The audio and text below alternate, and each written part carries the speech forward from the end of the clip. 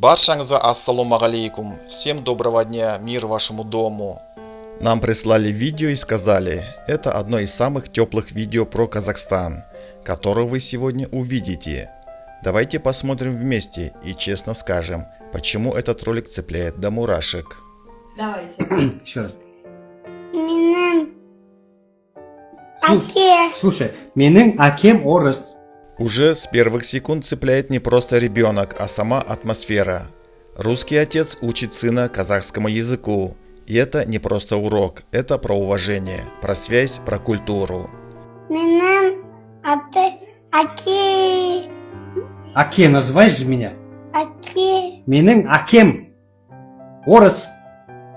Менің Сондықтан мен қазақша білмеймін. Вот что интересно, ребенок пока ошибается, запинается, повторяет. Но именно так и рождается любовь к языку. Не через давление, через семью, через отца, через игру. И это очень сильный момент. Давай. Менің әкем орыс. Менің әкем орыс. Тихо, не смейся. Орыс, не морос. Орыс. Орыс.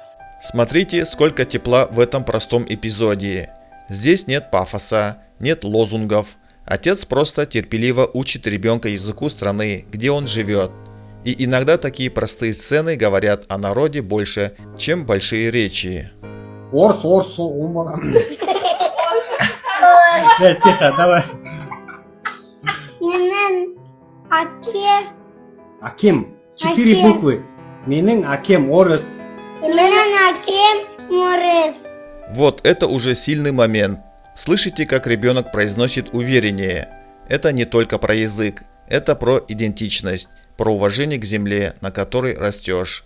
И именно такие видео неожиданно становятся вирусными, потому что в них правда. Вот за этот момент многие любят Казахстан. Здесь язык не разделяет людей, он объединяет. Когда русский отец учит сына казахскому, это не просто семейный момент, это уважение к стране, к ее культуре, к ее будущему. Казахский язык – это не только язык народа, это язык истории, степи, традиций и достоинства. И такие дети – это будущее сильного Казахстана.